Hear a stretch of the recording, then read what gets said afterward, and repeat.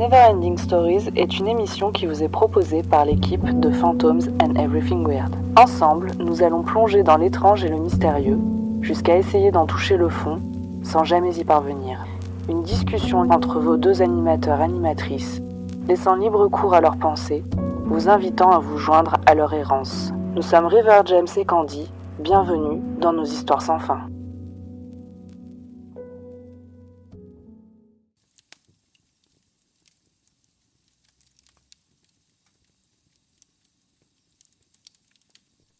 Et ça se trouve, ils ont un attachement. Ça me fait penser à. Je te l'avais raconté, je crois. La médium que j'avais contactée pour m'aider à comprendre un peu plus Théodore. Ouais. Et qui m'avait dit. En fait, le truc sur lequel elle a passé le plus de temps, c'était le couteau à beurre. Oui. Je t'avais raconté ça. Elle me disait, je comprends pas, Théodore, il me montre un couteau à beurre. Et je disais, bah, c'est peut-être parce que je mange beaucoup de pain avec du beurre. Et elle me disait, mais c'est ça, en fait, il comprend pas que vous utilisiez pas un couteau à beurre. Un couteau à beurre, et que tu utilises un couteau classique. Bah non, je prends un couteau normal, tu vois. Du coup, depuis, j'ai acheté des couteaux à beurre. Et de temps en temps, quand je m'en sers, je suis là, vous avez vu, Théodore, couteau à beurre. Et tu vois, tu te dis, c'est hyper étrange de s'attacher à ça. Mais qu'est-ce qu'il fait là? Pourquoi il prend pas un couteau à beurre? C'est hyper bizarre. C'est drôle. Et c'est le truc sur lequel il insistait le plus. Je trouve ça rigolo quand même, parce que c'est un côté très humain, ça. Enfin, c'est très vivant. J'ai gardé mon caractère. Ouais. Après, il avait un côté, effectivement, malgré le fait qu'il soit mort seul et sans le sou, très bourgeois. Il a fréquenté que des gens, tu vois. Donc, ouais, mais ça a un côté aussi un peu, pas taquin, mais... Genre, tu te dis...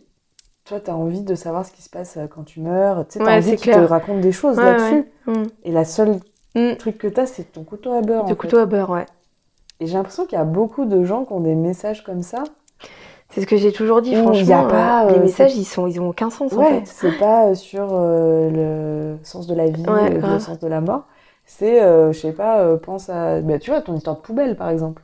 Putain, mais ouais. Est-ce que c'était pas... Bon, c'est quand tu veux que tu sors la poubelle. C'est clair. Surtout que j'ai réoublié la semaine d'après. Spoiler alert. Tu vas revoir la poubelle qui va bouger. Putain. Mais je trouve ça trop drôle, parce que ça se trouve, c'est genre des entités qui vivent dans ta maison qui sont là. Bon, bah, nous, on aimerait bien que tu sortes la poubelle, en fait. Et du coup, en vrai, ce serait fou, parce que ça voudrait dire que... Je sais pas, pour moi, ça a un côté moins mystique et moins éloigné, tu vois, si c'est des messages de le couteau à beurre, et ça me parle beaucoup plus, d'ailleurs. Ah ouais. Quand les gens font genre, oui, il a un message, ou j'ai toujours dit, moi, ce truc de, oui, il vous protège.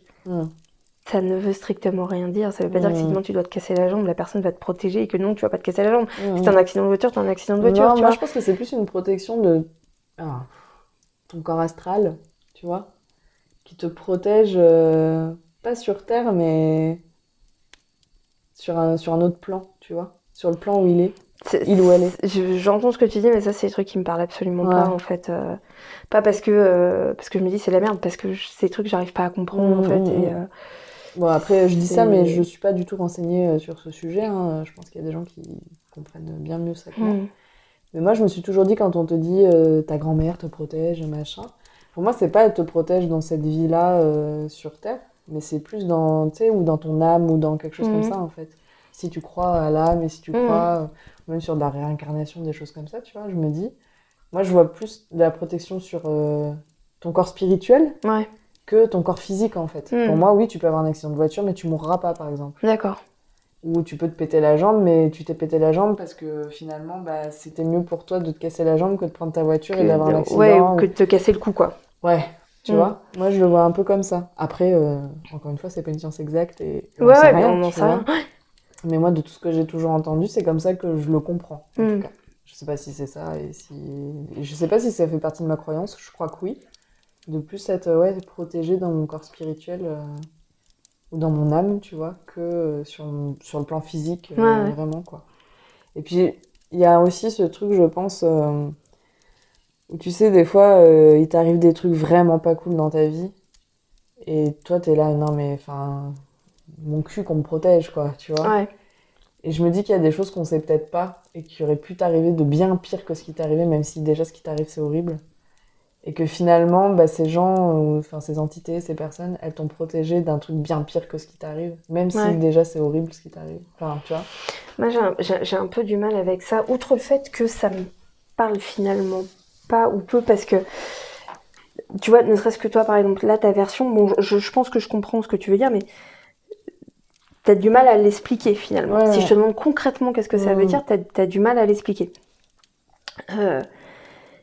Ça, c'est le premier truc qui me dérange, parce que j'ai du mal à croire en des trucs que je ne comprends pas. Peut-être dans 2 mois, je vais comprendre et du coup, je vais y croire. Hein. Pour l'instant, c'est pas le cas. Donc, effectivement, machin qui te dit, ce serait peut-être bien d'utiliser un couteau à beurre ou d'utiliser un couteau pour couper la viande. Je suis végétarien. Voilà, ça me parle beaucoup plus, parce que c'est un truc c'est un rapport d'être humain à être humain. Mais en plus, ce qui me dérange dans ce discours aussi de ils sont là pour me protéger et tout, etc., c'est que j'ai tendance à trouver ça un petit peu élitiste, en fait. Ouais, je sais ce que tu veux Parce dire. que dans ces cas-là, qu'est-ce que ça veut dire? Ça veut dire les gens qui vivent dans la merde, qui ont que des problèmes, qui n'ont pas d'argent, qui sont malades et machin, tu vois, ils ont personne pour les protéger. Ou tu vois, est-ce que tu vas aller dire à ces gens, il y a quelqu'un qui te protège? Ouais, ok, il a pas bouffé depuis une semaine en fait. Il va se faire virer de chez lui parce qu'il a pas de quoi payer son loyer. Enfin, tu vois ce que je veux dire? Et je trouve que ça, c'est un truc qui me dérange un peu avec tout le monde de la spiritualité là actuelle. Et c'est aussi pour ça que moi, je m'en suis un peu détachée. C'est que pour moi, c'est des notions qui sont vraiment pas du tout inclusives. Et ouais, qui sont finalement, c'est horrible ce que je veux dire, mais je le pense, très blanches, très bourgeoises, très, enfin tu vois, et j'ai du mal avec ça en fait, tu vois. Mais moi, tu vois, là, en parlant avec toi, ça me fait penser aussi au rapport que certaines peuvent avoir avec leur dieu, déesse, etc. Ouais. Ce truc-là de je me sens en phase avec mon dieu, ma déesse, ma croyance. Et en fait, pourquoi on croit en des choses, tu vois? Est-ce que il y a beaucoup de gens qui croient en Dieu parce que ça leur fait du bien et parce qu'ils se sentent toujours accompagnés par quelqu'un qui les aide et qui les protège, tu vois? Et du coup, est-ce que, vu que Dieu, c'est un truc un peu qui peut être abstrait, que tu ne vois pas, que tu ressens dans d'autres choses qu'un truc, un corps physique ou quoi, est-ce que c'est pas un peu une espèce d'ancienne croyance, entre guillemets, au moment où Dieu était, enfin la religion en tout cas, était très présente? Et du coup, tu te dis, vu que tu les vois pas, ils sont un peu pas assimilés à Dieu parce que on sait que personne ne l'est. Non, mais il y a un côté omniscient. Mais un côté omniscient, bien sûr. parce que moi, on m'a toujours dit qu'ils pouvaient être omniscients, ils pouvaient être là avec ta cousine, avec je sais pas qui en même temps, qu'ils avaient ce pouvoir-là, entre guillemets. Et du coup, est-ce qu'ils sont pas un peu, alors assimilés, regarde-moi faire mes gros trucs, à ce que peut faire un dieu, ou tu vois? Je sais pas. En fait, je pense que autant dans les entités te protègent que dans Dieu te protège, il y a un côté supérieur, supériorité. Oui, c'est ça que tu plein pouvoir vois. Ouais, je vois ce que tu veux dire. qui me dérange et qui, à nouveau, moi, me renvoie quand même à... je sais pas comment dire. On a des préoccupations qui sont hyper secondaires. Tu vois ce que je veux dire? Et ça m'empêche pas d'être passionnée par tout ça, et tu vois, mais quand j'entends des trucs de tu es protégé, il est là pour toi, etc., j'ai envie de dire il est là pour moi, pourquoi il est pas là pour le mec d'à côté qu'on a 10 000 fois plus besoin que moi, tu vois? Et et du coup, ça me fait chier de croire à ça, en fait. Peut-être que je me bloque un peu là-dessus par rapport à ça. Non, mais peut-être que tu t'es pas en phase avec ça, toi, dans tes croyances, en fait, et c'est ok. Enfin, comme à chaque fois qu'on en discute, des choses comme ça. Moi, je sais que j'ai besoin de penser que mes défunts veillent sur moi. Ouais. Et je pense que c'est un truc qui fait que j'avance dans la vie quand j'ai de la merde. Enfin, on n'en a jamais trop parlé, mais j'ai une religion attitrée, mais qui est culturelle plus qu'autre chose. Je crois plus en mes défunts qu'en un dieu, par exemple. Et donc, pour moi, j'ai besoin de me dire que mes défunts me protègent. D'accord. Mais je comprends que tu puisses te dire, mais pourquoi, en fait? Mais moi, il y a un espèce de lien, tu sais, je me dis, je sais pas, j'ai un lien avec ces personnes-là. C'est pas le pourquoi, c'est le comment qui me dérange. Mais je me dis, je sais pas, j'ai un lien qui soit de sang ou d'amour ou d'amitié ou de quoi que ce soit avec ces défunts-là. Et je sais pas, j'ai besoin de me dire qu'ils sont toujours là et qu'ils me protègent. Mais comment? On sait pas, ouais. Je serais incapable de te le dire. Mais moi, tu vois, j'ai besoin de me dire qu'ils sont toujours là, mais c'est la fin de ma phrase, pour moi. Parce que pour moi, la personne qui me protège, c'est moi, en fait. Et ouais. Et du coup, pour moi, je crois vachement qu'ils sont là. je leur accorde énormément d'importance, mais je leur accorde une importance qui a une fin quand même, tu vois, à un moment. Je pense pas qu'ils soient capables réellement d'influencer quoi que ce soit ou d'agir sur ma vie. Ça, j'arrive pas à me le dire, tu vois. Ben moi, je suis en train de me demander si le simple fait, c'est pas un simple fait, mais voilà, que pour toi, il soit là, est-ce que c'est pas juste ça, la manière de te protéger? Le fait que tu aies cette croyance-là, et que ça t'aide à avancer, enfin, pas que ça t'aide à avancer dans la vie, mais en tout cas que tu sois persuadé de ça et que ça te conforte, en fait. Bah peut-être, mais dans ces cas-là, alors effectivement, c'est-à-dire quand on parle de protection, c'est pas une protection, c'est une réassurance. Ouais, c'est ça. C'est pas pareil, en fait. Je pense que peut-être c'est un abus de langage, en fait, et que c'est pas de la protection. Alors ça me parle beaucoup plus. Mais tout comme tu peux être mal, mais tu peux avoir la même chose avec des vivants. Des fois, il y a des gens, rien que tu es à leur contact, tu te sens mieux. Ouais, clairement. Et moi, il y a des gens comme ça. Ça me parle par contre. Et ben moi, je pense que c'est finalement plutôt un abus de langage, et que, tu vois, en discutant avec toi, je serais plus d'avis de ça, même dans mes croyances à moi. Ça, je le comprends. Tu vois, le fait de penser que mes défunts sont toujours là et qu'ils sont près de moi et que, je sais pas, ça me rassure de savoir qu'ils sont là. Pour moi, c'est suffisant. Ouais. Alors, tu vois, finalement, on est d'accord, en fait. Je pense que peut-être c'est un abus de langage, effectivement. C'est pas de la protection, c'est de l'assurance, tu te sens pas seule, tu sais que... Enfin, moi, des fois, je me dis que ça me rend vraiment plus forte de me dire que mes défunts sont avec moi. Mais ça rend plus fort, bien sûr, d'être accompagnée, ça rend toujours plus fort, bien sûr. Et que même si je les vois pas et que machin, et que je les perçois pas tout le temps, pour moi, ils sont là et du coup, ça m'aide à avancer dans des situations compliquées. Mais comme je te dis, je pense qu'il y a des gens qui font ça avec leurs croyances religieuses ou autres. Et que... Moi, des fois, j'envie ces gens-là qui croient vraiment dur comme fer à leur religion, à leur Dieu, etc. Et je me dis, mais ils sont capables de tout traverser, tu vois, parce qu'ils ont la foi en quelqu'un, en quelque chose, en une entité qu'on appelle comme on veut. Hein.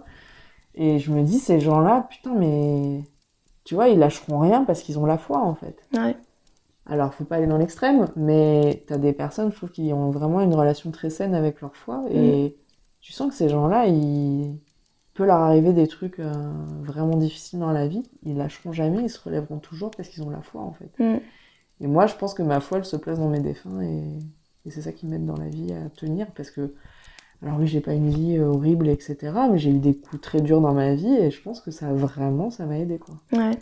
Ah, et peut-être que ça te parle plus que ça me parle beaucoup plus, protection un peu abstraite, parce que quoi. après c'est hyper, enfin je veux dire, j'ai peut-être tort aussi de vouloir toujours ramener des croyances dites spirituelles à des choses hyper concrètes, hyper matérielles, mais moi j'ai besoin de ça parce que sinon j'ai l'impression, si je vais pas au fond des choses, j'ai l'impression que je suis en train de me laisser embobiner. Tu vois, on est en train de me bercer de jolis mots. Et j'aime pas ça, en fait. J'aime pas qu'on insulte mon intelligence. Je ne supporte pas ça. Je pense que j'ai un ego surdimensionné. Ça, je le sais, il faut que je travaille là-dessus. Mais tu vois, j'ai pas envie qu'on me dise un truc et que je fasse « Ah ouais, c'est joli ». Non, parle avec des mots, en fait. Enfin, tu vois. Et et c'est vrai que du coup, tu vois, c'est comme ce truc de... je sais pas si on en avait déjà parlé. Les gens qui se disent « passeur d'âme ». Ça veut dire quoi, passeur d'âme? Passer de où à où? De quoi tu parles? Enfin, tu vois, ça me fait penser à Katie aux États-Unis. Et quand donc pour celles de ceux qui connaissent pas, c'est une enquêtrice américaine qui était à la base dans l'équipe de Aunt Me, qui n'y est plus, mais avec qui je suis restée pote. Et je me souviens d'une fois où, avant que je sois pote avec elle, je regardais un épisode où elle était. Et elle parlait des gens quand on dit ouais, l'entité est bloquée. Et en fait, c'est pas qu'elle s'énerve, mais elle est là, mais bloquée comment? Pourquoi voulez-vous qu'ils soient bloqués? Ils ont pas de corps. Et j'étais là genre merci. Enfin, tu vois, genre qu'est-ce que ça veut rien dire en fait quand on dit ouais, non, ils sont bloqués. Mais à quel moment tu veux qu'ils soient bloqués, les gars? Enfin, ça veut rien dire. Et en fait, moi, j'ai toujours besoin d'aller au fond du truc, tu vois, de tout démêler et après voir si une fois que j'ai tout démêlé, j'y crois ou pas. Et c'est pour ça que ce truc de protection, enfin, qui peut dire dans la vie, ouais, moi j'ai quelqu'un qui me protège parce qu'il aurait dû m'arriver ça et ça ne m'est pas arrivé, ou t'en sais rien. Mais je pense qu'il y a ça me fait penser par exemple quand t'as un accident de voiture, de moto, enfin un truc un peu grave, et que tu t'en sors. Alors que t'aurais pas dû t'en sortir. Enfin, si tu regardes les faits, tu te dis mais pourquoi je suis là? Enfin, comment c'est possible? Moi, c'est ce qui m'arrive avec ma voiture. Hein. Quand tu regardes ma voiture, tu te demandes pourquoi je suis là. Hein. C'est ce qui m'est arrivé à moi pour l'accident dont je te parlais hier. Jamais j'aurais dû être là en train de te parler. Et je pense que notre cerveau d'humain et de vivant a besoin de se dire peut-être j'ai un ange gardien. Tu vois, il y a des gens qui croient aux anges gardiens, par exemple.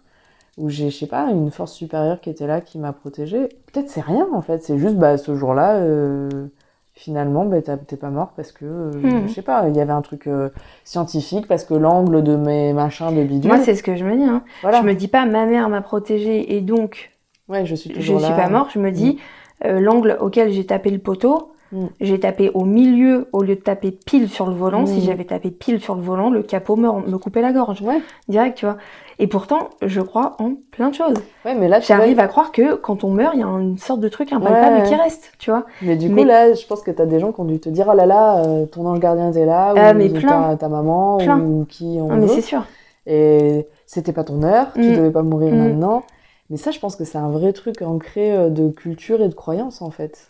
C'est même une tradition, limite. Hein. Il doit y avoir un truc hyper culturel et traditionnel là-dedans. Je pense, parce qu'à mon avis, même toutes les personnes là, qui nous écoutent ont déjà entendu ça quelque part. Tu vois, c'est rigolo, parce que du coup, dans les autres religions, je sais pas, mais dans le judaïsme, on n'a pas trop ça, en fait. Ce truc de protection. Non. Y a beaucoup les ancêtres, tes ancêtres qui sont toujours là avec toi... La lignée familiale, c'est ultra important chez nous, très etc. Important, Mais il n'y a pas ce côté, on va te protéger, ça n'existe pas trop, en fait, dans le judaïsme. Moi, j'ai l'impression que dans la religion catholique, il y a quand même ce truc des anges, etc., qui est très présent. Ce truc de prière de protection, enfin, tu vois, quand tu fais ta prière, tu te protèges, tu demandes à Dieu de te protéger. Ça, c'est peut-être le cas aussi dans d'autres religions, hein, j'en sais rien, mais je pense que tu demandes toujours à Dieu des choses. Voilà. Enfin, dans le judaïsme, on ne demande pas des choses, on remercie beaucoup Dieu. Ouais, alors que tu vois, dans la religion catholique, j'ai l'impression que tu demandes beaucoup à Dieu. D'accord. Est-ce que, je sais pas, tu sais, c'est vraiment l'image des enfants quand tu leur demandes de faire des prières le soir. Est-ce que tu peux arrêter la guerre dans le monde? Tu vois, des choses comme ça. J'ai l'impression, je suis pas calée de ouf, mais pour moi, la religion catholique, c'est plus tu demandes à Dieu de t'aider pour ci, pour ça. Tu le remercies aussi, mais dans tes prières, il y a du remerciement pour ce qu'il a déjà fait. Et aussi, tu demandes la protection, par exemple, pour quelqu'un qui est malade. Tu vois, il y a des messes qui sont dites pour des gens en disant, voilà, un tel est... et je sais pas, à l'hôpital, etc. Donc la messe qui sera ce dimanche sera dite pour cette personne, on va prier tous ensemble pour que cette personne aille bien, etc. Donc t'es beaucoup dans la demande, en fait. Et t'es aussi dans la demande d'être protégé, je sais pas, financièrement, physiquement, de la maladie, etc. Il y a beaucoup de... Tu vois, par exemple, à la grotte à Lourdes, donc où il y a eu l'apparition de la Vierge à Sainte-Bernadette, t'as une des chapelles qui est entièrement recouverte du coup de... Alors, il y a des ex-voto, etc., mais t'as beaucoup de plaques « Merci à la Vierge Marie pour mon mari qui remarche ». T'as... Enfin, tu as que des plaques de remerciement avec des dates « Merci à la Vierge pour mon fils ». Enfin, tu sais pas toujours ce qui s'est passé. Et il y a un vrai truc comme ça donc ça veut dire que ces gens ont dû prier la Vierge Marie pour lui demander plein de choses. Et il y a des gens pour qui il y a aussi des miracles qui sont arrivés, qui sont répertoriés par l'église, etc. C'est assez intéressant à voir, mais du coup, tu demandes beaucoup de choses. C'est intéressant et en même temps, bon, j'ai peut-être tort, mais c'est ce que j'essaye toujours d'avoir un côté un peu justicier. Tu vois, ce que ça m'évoque là, c'est toutes ces plaques-là. À chaque fois que quelqu'un fait graver une plaque pour dire merci à la Vierge Marie, ne fais pas graver la plaque. Prends les 150 € que tu allais donner au graveur, va les donner à l'association des médecins qui ont opéré ton mari. Tu vois ce que je veux dire ? J'ai vachement de mal avec ça, en fait. C'est beau, hein, c'est très beau, hein. Mais tu vois, genre c'est pas Dieu en fait qui a sauvé ton mari, c'est peut-être un médecin, c'est peut-être lui, peut-être que lui il a eu le courage, tu vois, il a eu la force, son corps s'est battu. Enfin, mais là c'est des ça gens me dérange un peu, tu vois. Pour qui c'est une action divine en fait. D'un côté je trouve ça hyper beau parce que tu dis putain les gens ce qu'ils mettent là-dedans c'est magnifique. Moi la foi c'est un truc que je respecte énormément. Moi, j'ai une foi dans le judaïsme, mais parce que ce que tu disais, elle est familiale et elle est traditionnelle, elle est hyper importante pour moi. Mais tu vois, je trouve ça très très beau et d'un côté, je trouve ça rageant. Je trouve ça hyper rageant en fait. C'est bon, et tu vois, je dis ça, moi aussi, moi ça m'arrive de faire des dons, tu vois, quand ma mère est décédée, on a fait un don avec ma sœur, truc du cancer, à l'institut où elle a été, etc. Mais ouais, j'ai envie de dire aux gens, genre, allez au bout des choses, quoi. Vous arrêtez pas à ça, Après, quoi. peut-être que ces gens font aussi des dons à côté. Enfin, tu vois, on n'en sait rien. Il y a cette plaque. Pareil, qu'il n'y a même pas un quart qui le fait. Ouais, non, mais c'est probable. Mais en tout cas, ouais, après, ce serait intéressant si on a des auditeurs, auditrices qui sont de religions différentes. D'autres religions, ouais, carrément. Qui puissent nous expliquer un peu comment ça se passe pour eux. C'est vrai que je connais pas du tout. Ouais, je suis pas trop au courant pour d'autres religions, cette histoire de protection, en fait, et ça pourrait être hyper intéressant. Même tout ce qui est des anges, en fait, la part des anges. À nouveau, dans le judaïsme, il y a des choses qui s'apparentent aux anges, mais c'est pas hyper... Et nous, nos prières, c'est beaucoup des trucs très concrets. Donc, c'est pas de la protection, c'est donne-nous du pain. Ouais. Tu vois, fais pleuvoir pour les récoltes. Tu vois, arrête la pluie, il y a trop d'eau. Enfin, voilà, c'est... Il y a un côté un peu magique dans le judaïsme, je trouve. En fait, le judaïsme, il y a peu de gens qui le savent, mais il y a une très, très, très profonde tradition de magie et de sorcellerie dans le judaïsme. Et ça se ressent, je trouve, dans ce que tu es en train de dire. Mais quand tu regardes nos prières, nos rituels qu'on a quand on fait des prières, c'était de la sorcellerie. Mais clairement, je pense que, je sais pas si tu as déjà eu l'occasion un jour d'observer un qui douche, voilà. Franchement, ça me plairait beaucoup parce que c'est une religion que je connais pas assez. Et... C'est le vin à tourner dans tel sens autour de la table. Mélanger la mer et le sucré, c'est les prières à faire en se tournant dans telle direction. Enfin, c'est ça en fait. Mais ça fait très, penser à des rituels. Mais vraiment, que tu peux faire en je sais pas du coup s'il y a ça dans le catholicisme, si les prières sont. Il y a du rituel, etc., mais qui est très plutôt fait par les hommes d'église. Sur justement l'Eucharistie, etc., le corps du Christ, boire le sang du Christ qui est du vin, etc. Mais t'as beaucoup moins ça en fait. D'accord. Il y a beaucoup moins ce truc ritualisé et cet aspect sorcellerie et tout. Ouais, surtout que nous, c'est pas des hommes de foi qui le font, des personnes de foi. C'est un truc qu'on fait chez nous dans la famille en fait. C'est entre soi quoi. Que nous, à part le bénédicité et prier ensemble. Il n'y a pas de rituel à la maison. C'est fou. Moi, je me rends compte qu'on en a beaucoup. On prend des bouts de pain qu'on doit mettre sous la nappe. Tu vois, casser un verre. Tu vois, c'est... Oui, Il y a vraiment, quoi. Et sur Instagram, il y a beaucoup de comptes. Si ça vous intéresse, vous pouvez aller regarder. Justement, de gens qui parlent de cette partie-là dans le judaïsme. Et elle est vraiment, vraiment, vraiment passionnante, quoi. Je sais qu'il y a un rituel avec les pentagrammes de protection qui est fait par beaucoup de personnes qui pratiquent la magie et la sorcellerie, qui est issu de base d'un rituel, je crois, juif. Ouais. Ah, là, ça me parle pas, surtout que nous, on n'a pas de pentagramme. Notre étoile, elle a 6 branches. Et je crois qu'en fait, alors je veux pas dire de bêtises, parce que là, s'il y a des gens qui pratiquent ça, ils vont se dire, elle dit n'importe quoi, mais je sais qu'il y a des rituels de protection qui ont leur base, en fait, sur des rituels juifs. C'est hyper intéressant. Et qui, du coup... il me semble, je veux pas dire de bêtises, mais que c'est un peu la base. Après, on dit tout le temps que le judaïsme, ça a été la première religion. Donc, probablement, effectivement, celle qui découle des rites et des croyances les plus anciennes. Les trucs païens aussi. Et puis, à mon avis, il y a eu des mélanges. C'est obligé. Que tous ces gens qui étaient religieux, peu importe la religion, étaient avec les païens et que... Moi, je sais pas, je t'avais parlé de Simra ? Non. La grand-mère de mon grand-père. Ah non. En fait, et c'est un truc de fou parce que je l'ai découvert il y a vraiment, vraiment pas longtemps. Je l'ai découvert il y a moins d'un an, à peu près. En discutant un peu avec mon grand-père, parce que mon grand-père, plus il vieillit, plus il me raconte ses histoires. Et ça, c'est trop cool. Alors bon, des fois, il te raconte pour la 15e fois l'histoire de son service militaire, mais là, pour le coup, il avait commencé à nous raconter un truc super. Et donc, mon grand-père vient d'Algérie. Et en fait, il m'avait raconté que sa grand-mère à lui, qui donc s'appelait Simra, prénom magnifique. J'aime trop, sublime. Ça me regarde pas, mais je trouve ça très joli. Trop beau. C'était la sorcière du village, en fait. Donc, elle était juive, et c'était la sorcière du village. Et dans son village, les gens venaient la voir et elle faisait des rituels pour le bétail, soigner les gens, etc., quoi. Et genre, il m'a raconté ça, j'étais là, quoi? Trop. Tu sais, il passait dessus comme ça, et donc, là, stop. Attends, reviens. Elle faisait quoi, Simra? C'est qui est cette personne? Pourquoi j'en ai jamais entendu parler?